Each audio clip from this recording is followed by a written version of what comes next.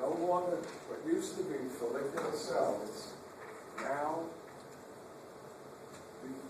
increase in size. Wow. Increase. Wow. And you know what? And they fill it with a yellow substance, and this is now called the corpus luteum. So after you ovulate, the follicular cells did what? They collapse. You with me? They bled. And then all of a sudden they fill with the yellow fluid, and they're no longer follicular cells. They're different. They come from the same cell. They're called the corpus luteum. And here's the important part. The corpus luteum. You ask what LH does? LH tells, right now, LH tells the corpus luteum to make and release estrogen and progesterone. Stop. In the first half of the cycle, before you ovulated, the follicular cells only made estrogen, right? And that made the uterine lining get thicker. When the estrogen got what? Really high?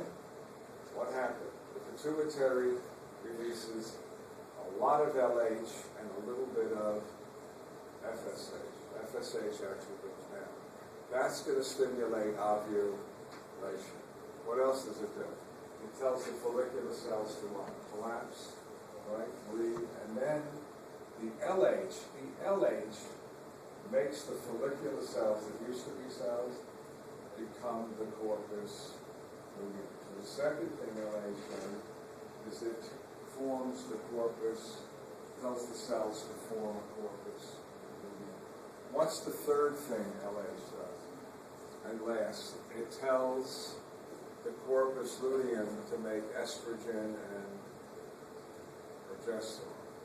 You still make FSH, and we're almost done. You ready? What does the estrogen do to your uterus? It makes it even thicker, right? You know what the progesterone does? I got to finish this, all right? It forms glands in your uterus. It makes them grow. And you know what the glands make? Glycogen. In case there's an implantation, the little ball of cells needs energy. So what does LH, what does progesterone do? It's the juicy hormone. It makes your uterus juicy. And you know what happens in the second half of the cycle? When you're making estrogen and progesterone, your breasts get sensitive. You know that. You know why? Progesterone also stimulates the growth of mammary tissue. So in the second half of the cycle, the breast tissue, the glandular tissue, is growing, and it stretches the skin and the brain, the breast becomes a little sensitive. Okay? So when gals tell you, don't touch my breast, it's sensitive, it's the last half of this cycle. It's somewhat, you know. You will follow what I just did? So now, we're continuing along the cycle. Guess what? And then I stop and come back to the next class, right?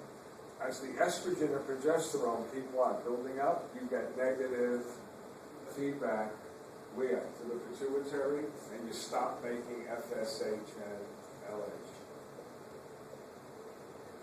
This is the end.